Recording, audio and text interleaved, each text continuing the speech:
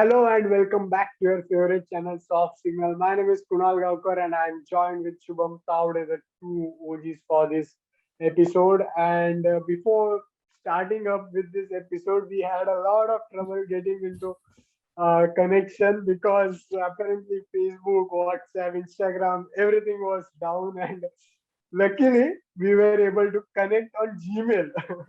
uh, that was such an impromptu and no one thought that uh, the Gmail is basically meant for the professional conversations and formal conversations, and this such an informal thing would happen on a Gmail. That was really interesting, and what a great experience we had. Some disadvantages of a multi-billionaire Mark Zuckerberg owning the three major social networking platforms and all of them getting down on the such occasions. So yeah, guys, let's move on to this match. And as this match is going to be a very interesting match since Mumbai and Rajasthan they both are competing for that last spot for the playoffs, and whoever loses this match is going to be dropped down and would be hoping for some miracle to happen to get into that top four. So this match, I feel the match that KKR and Rajasthan are going to play on 7th October is the most important match. And on the second rank, even the finals are not on this spot. The second most important match we can call this as a Mumbai RR because Mumbai has never been on this position. They never had to calculate and win the matches. This is going to be a really exciting, not just the victory, but the margin is also considered in this match. So before moving into this match, quick recap: what happened last time these two teams met was Rajasthan Royals. They posted a target of 171 runs for the four-wicket loss. And the skipper, he was the top scorer for that match. He scored around 42 runs in just 27 deliveries. So it was just another day for Sanju Samson when these two teams met first. But for unfortunately, Rajasthan lost the match and Mumbai was able to score 172 with just three wickets lost. And Quinton de Kock was the man of the match for that. And he scored 70 runs in 50 balls. Whereas Krunal Pandya, he was exceptional with the batting. Like he was never, but on that occasion, he scored around 39 runs and in 26 odd deliveries. So yeah, Krunal Pandya, that was his last innings, I suppose, as a batsman, and rest it was all of bowlers. So what brings up in this match? We'll discuss this, guys. So, but apparently, a quick stat or what we can say a coincidence that in the last nine matches between these two teams, RR has batted first only once. In the last match, RR batted first, whereas on the last eight encounters they batted second. That they chased the match, but this was something different that RR had done in this match. So we'll get into this match between Mumbai and Rajasthan Royals. So Shubham, the first question which I would like to ask you is, how was the experience of having a conversation on Gmail? Yeah, it was quite difficult to communicate. I was not expecting that all the three apps would be down. It was kind of different experience. Yeah, that's what you get in real life as well as in IPL. So, if you look at the points table, then there is possibility that you can get your number four team in on the last day of the league. So yeah, it's been quite exciting matches, uh, and Mumbai and Rajasthan both will be expecting to get a win from here and be in the race of playoff. Yeah, Mumbai apparently don't have that great batting lineup as they had, like Surya Kumar Yadav is not performing as per his expectation, and a lot of loopholes are there in their batting lineup. If we get to note it down, like Hardik Pandya, then Kyron Pollard is also not performing in consecutive matches. I would say they are performing in patches. Yeah, and in bowling, I feel the whole burden is getting on Jasprit Bumrah, and we have seen Bolt is performing well in power play, but not in death. Yeah. So we have never seen Mumbai Indians this inconsistent in their performance in the start of the IPL, and this is something which in the last IPL also we saw Chennai Super Kings. They were on the seventh position. They ended on the seventh position, whereas this time Mumbai Indians they are struggling to get into the playoffs. This is the beauty of IPL, the unpredictability factor, which we will call in this IPL. And for this match, I think you have done enough wrongs, you have done enough right, but in this match, I think you need to tick those all the boxes, and it's not an option to lose. It's you have to win it, and you have to get past through it. So interestingly, the two questions which I would like to ask to you is that with Shreyas Gopal against Quinton de Kock, he's been great. He has bowled 28 deliveries to Quinton de Kock, and he has only managed to score 18 runs. And in T20, playing with a below 100 strike rate is very difficult for the team also. And Rahul Tewatia, up till now, his stat says in 9 innings he has scored 99 runs. So pretty, his average is like 11. And his bowling in 12 innings he has only took 7 wickets, and his average is 47. So they, Rahul Tewatia, he is not even performing with the bat, nor he is performing with the ball. Whereas Shreyas Gopal, he has been on the bench for the entire season. What do you think on this? Like, are they underestimating Shreyas Gopal or overestimating Rahul Tewatia? I don't know what's the problem with Royals, because in UAE everyone is playing spinner and you are the only team who are relying on Rahul Tewatia. I feel Rahul Tewatia is a batting all-rounder, not a bowling all-rounder. So definitely I will play Shreyas Gopal because he has an excellent stat against De Kock as well as against Rohit Sharma. We know how Rohit Sharma gets out on spin bowling early of his innings. So yeah, that could be a trump card they can use in power play and get those early wickets. And as we know that middle order is not quite doing that much for MI. So Rajasthan can take advantage of that. Yeah, right. Just like the Punjab Kings took advantage of RCB took advantage of Punjab Kings middle order. Yeah. This might be the thing for Mumbai. Yeah, my next question to you is what do you feel about Rajasthan's batting lineup? Because I feel they are set to chase. So what do you think? I feel they are set to chase, but a single miss hit might cause them the chase, because we saw the powerful, I would say, Yashasvi Jaiswal. What a brilliant innings he played against Chennai, and Shivam Dube. They both look in pretty great form. They both are. Shivam Dube has actually got into a very later stage of this match where he has to perform no matter what, and this is where he has got an opportunity for the next year's IPL to showcase how good of a finisher he can be. Talking about the other batsman, we saw Sanju Samson is in good form, Yashasvi Jaiswal, Lewis, Shivam Dube. So I think they are coming up from their bad patch, and RR should win this match if everything goes right, because MI, they are the inconsistent team. RR, they are showing signs of positivity, and this might be the match where we can expect RR to win, and many Mumbaikers heart it breaks. And we never saw Mumbai Indians using a calculator to get into the playoffs.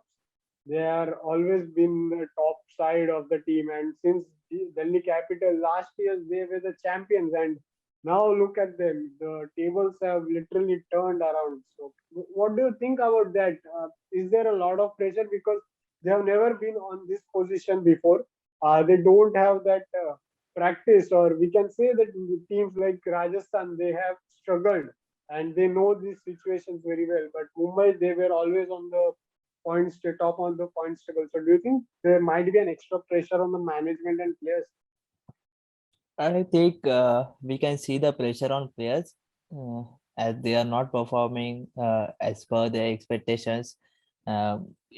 I I think they need to forget this season and start as a new in next season, because we know how good they are in their skill set. We know how good Surya Kumar Yadav is. We know how good Ishan Kishan is. Uh, I think in the later two games, I feel I guess there are two games of Mumbai Indians, right? So they should use Ishan Kishan over there, and because we know the fourth team to qualify, uh, which which is KKR, I think, and they deserve to be in the top four, I feel. So yeah, after I guess if they lose this match today, they should try their bench strength and start thinking about the new season.